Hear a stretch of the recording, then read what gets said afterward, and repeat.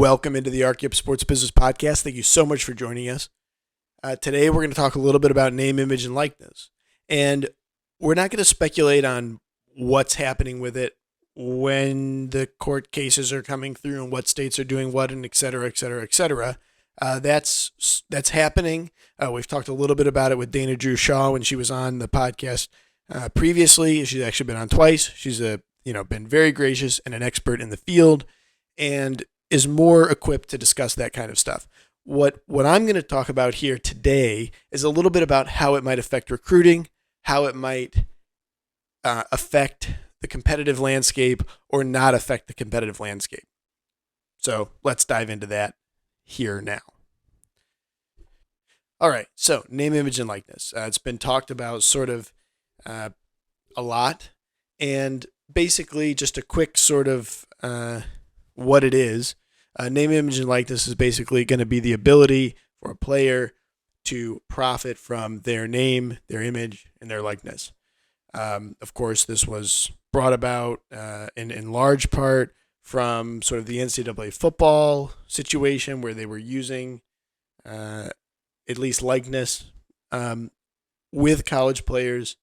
I have a friend that was part of that settlement. It was mainly with I think it was actually only with football and basketball. They had the NCAA basketball games, the NCAA football games, and of course, that was a class action lawsuit, and they won and got some payment because their name, image, and likeness was used without them profiting and without their consent. Now, going forward, it's looking like that name, image, and likeness will open up. So, what effect will that have on college football and basketball? I'm going to talk mainly about college football here today. College basketball has some nuances that are different. Obviously, the players only have to go for 1 year. They're much closer to the NBA. There's some differences there. So let's just look a little bit at college football and just kind of discuss some of what might happen. Now, again, a lot of this is going to apply to college basketball as well. But let's sort of think through this a little bit. You've got the name, image, and likeness, and you've got schools. Many of the largest college football schools have large staffs. They have PR departments. They have large recruiting staffs, off-field coaches. They've got nutrition. The whole thing about Alabama football, you get your Dixie cup full of your vitamins for that day, tailored to you. It's very high-end what's happening in these schools because there's a lot of money involved in certain sports and in high-level Division I football and basketball. Now, the name, image, and likeness will allow for a player to go and they can sell Instagram posts, they can sell local cars, they can do any of that kind of stuff. I was an athlete in track and cross country.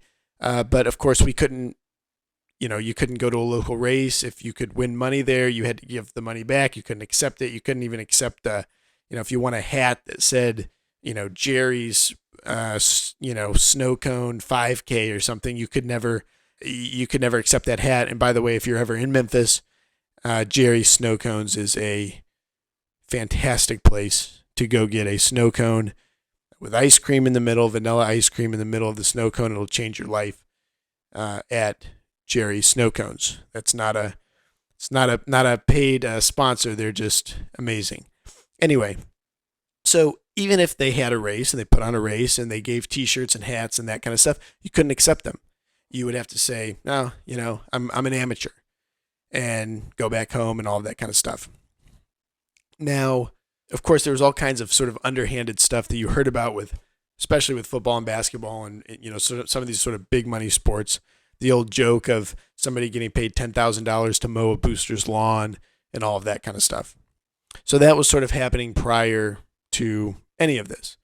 There's a great book called Necessary Roughness. I'm holding it up here.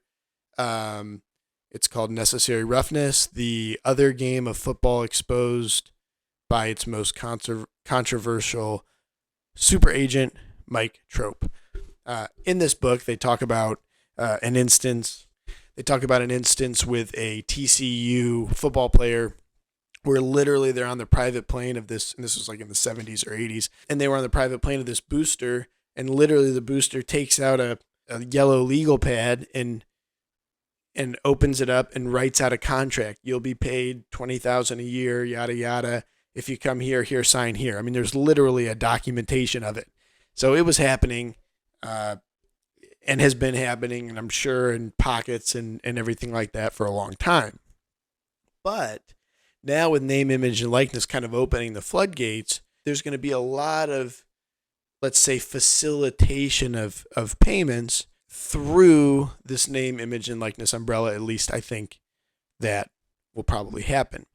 So one thing I've heard a lot of people say is, well, name, image, and likeness only affects certain players, right? It only affects 28 football players and 19 basketball players. They're the only ones that can make any real money. You know, we're only talking about Zion Williamson. He's the only one that can sell local Mercedes in Durham. No one else can really sell Mercedes. They're not that known. It's not that big of a deal, et cetera, et cetera. You know, the 3-star athlete that's riding the bench is not going to make a bunch of money from name, image, and likeness. But I think that's in a normal market environment. What you have in college is you're going to have, and again, we'll see how it all shapes out in court and how what it ends up looking like. No one really knows for sure, but what it's looking like is that you're not going to be able to pay the athletes, but you are going to be able to pay them through name, image, and likeness. So it's not quite this free market situation. So if I'm a school and I want the 3-star athlete, and they're thinking about going to another school, but I want to win that recruiting battle, you know, there's going to be a question of, well, what can I earn for name, image, and likeness? So let's say you've got an Instagram post that you're paid to post. Well, where does that payment come from, right? If you've got a cooking channel and you cook all this food and you have a bunch of followers, a company that makes hot sauce might contact you and say, hey, we'll give you a free hot sauce, or we'll give you $100 to use our hot sauce and post about it or whatever. Well, what happens when you're a player for some college and you've got 100 Instagram followers and you're following 100 people, but I want you on my team? Well, I can get a contract from a booster, friend of the program. Now, a smaller school may have trouble doing this, or they may have to pay less or whatever, but just kind of hear me out here. I'm a booster from a small school. I own a cement company, and I say, okay, blah, blah, blah, coach of the program, here's a contract from my cement company. I'm going to pay this kid $100 a day to post about cement, right? And basically, it's a funneling of money from the booster to the player under the umbrella of the NLI. Now, let's say that you're a much bigger school and you do have, you know, Mercedes-Benz of whatever. I'm not going to say the name of a college town, but, you know, it doesn't matter where it is, right? It could be Ann Arbor to Tuscaloosa to Memphis to DC. It doesn't matter, right? I'm not singling anybody out, but, you know, you do have connection with the local Mercedes dealer, or the local Mercedes dealer or country club is a booster. Well, now, you know, let's say I'm going to, let's just use Alabama as an example, right? I'm going to Alabama and I can be a member of the Northern Alabama River Yacht Club or whatever that all the coaches are a member of. Or I can, you know, my parents get a free membership because I post that I went there, or that I had my, my reception there when I got to school or whatever. That's a payment under the NLI through to that athlete. Now, is that going to be, you know, is that going to be a big benefit? Well, maybe not, right? True earning power in a true free market, yeah, it's going to be Zion Williamson and Trevor Lawrence, and those kind of players they've really got the marketing power. But if I need somebody to block for Trevor Lawrence at Clemson and I'm trying to beat out somebody else, well, now I've got my normal recruiting battle, but now that player comes to me and says, okay, well, South Carolina, they've told me they've got 2 Mercedes dealers lined up, and I'm getting $400 a day to post about Mercedes. So, like, I could get that there. Can I get that here? Yada, yada, yada. Now, again, that's kind of an extreme, but And it probably won't be those kind of numbers. It'll probably be controlled by the coach, and it'll probably be helped by the coach and all that kind of stuff. But even barring just funneling massive payments from the boosters to the players, you're still going to have a situation where a lot of these top programs are going to have dedicated staffs. They're going to be dedicated to helping people build their Instagram profile, helping players negotiate with local businesses or boosters, or they have, fairs where local businesses can come in and submit their advertising proposals basically to the school. And maybe they, have these fairs, and they can all these local businesses can submit proposals, and then the coaches can take them to the players, and the players can choose. Who knows? And again, I don't. This could all sort of be speculation for naught, right? If it comes out differently, if it comes out that the logistics of it are going to have to be a little bit different. But I think I want to sort of here combat that one sort of main argument that is like, well, only a few players can make money doing this. I think the reality is it's going to be used as a recruiting tool, and you've got extremely skilled, high-end business people when you're talking about coaches and coaching staffs making multiple $1 million a year. They've already got their local deals with the car dealerships and all of that kind of stuff. They can easily add a little package of 10 more of those deals for their 10 best players or whatever. Now, again, it's going to have to be run by the coaches, because you've got to be careful about having certain too highly paid players on your team, or players that are paid too much money and players that are paid less and that kind of stuff. So there might have to be some equity within a team. But even that being said, if the local car dealer can post a picture of the entire Clemson team, and that entire Clemson team can get an extra $175 a week per player for being on the wall of this Mercedes dealer, well, that's something that now the other schools have to match. So anyway, it'll be interesting to see. It'll be exciting to see. I think it's good. I mean, I think you sort of can't, something has to give, right? The college football and basketball is such big business, and there's just, in today's society, something's going to have to give. I do think that, a profitable college football and basketball team does a lot for a university. It does a lot for enrollment across the board. It does a lot for the other sports. Like I said, I did track. We didn't generate any money. We were a cost to the school. And I got a lot out of being there and a lot out of doing the sport in college.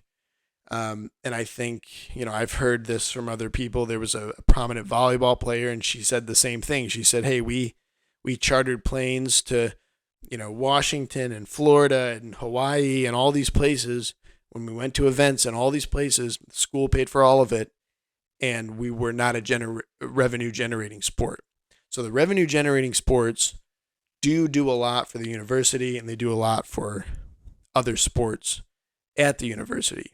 And that's sort of why these revenue-generating sports coaches are paid so much. But of course, now it looks like the players in those revenue-generating sports probably will have to get something more as well. And again, that might create some divide in terms of the sort of student-athlete community between revenue-generating and non-revenue-generating.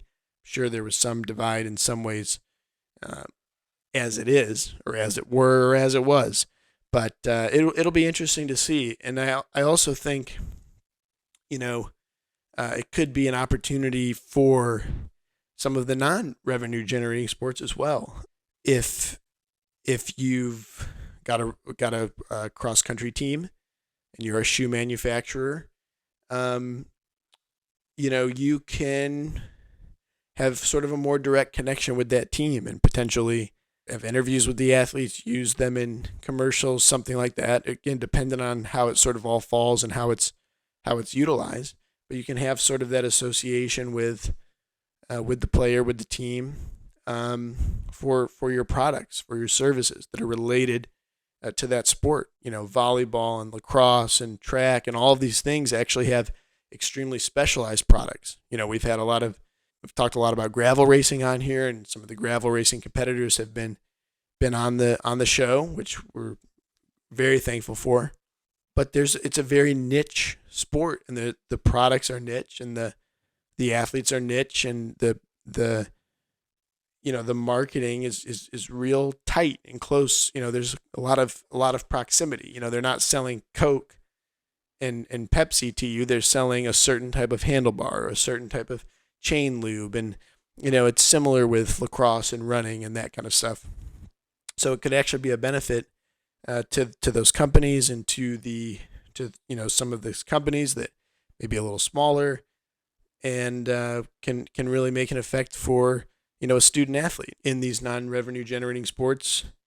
Maybe they can use that school logo to actually earn some money in school, because again, unless you're really, really good at track or really, really good at lacrosse, making money post-collegiate is difficult. But if those relationships are established early, that might be something that really has some benefit. I don't know exactly how it's going to shape out, but I know when Peter Stetna came on the podcast, he mentioned that, this idea of, even if you're not getting a lot of sponsors knocking on your door, be cognizant of who you're using and how you're using their products, and when you talk about their products.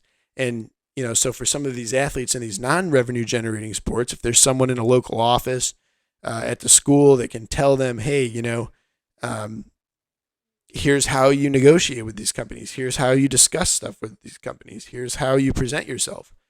Maybe that's a skill that they can use to fund, road racing after college, or fund their local lacrosse stuff after college. Again, there's a lot of kind of that privateer model that's happening. And if an athlete in track or something like that can establish those relationships and establish some level of, social media sharing and graphics work, or get help with graphics work from the school, they could have something set up within that sport. Maybe it's just a supplemental income or something, but they could have something set up post-collegiate. It could be very interesting.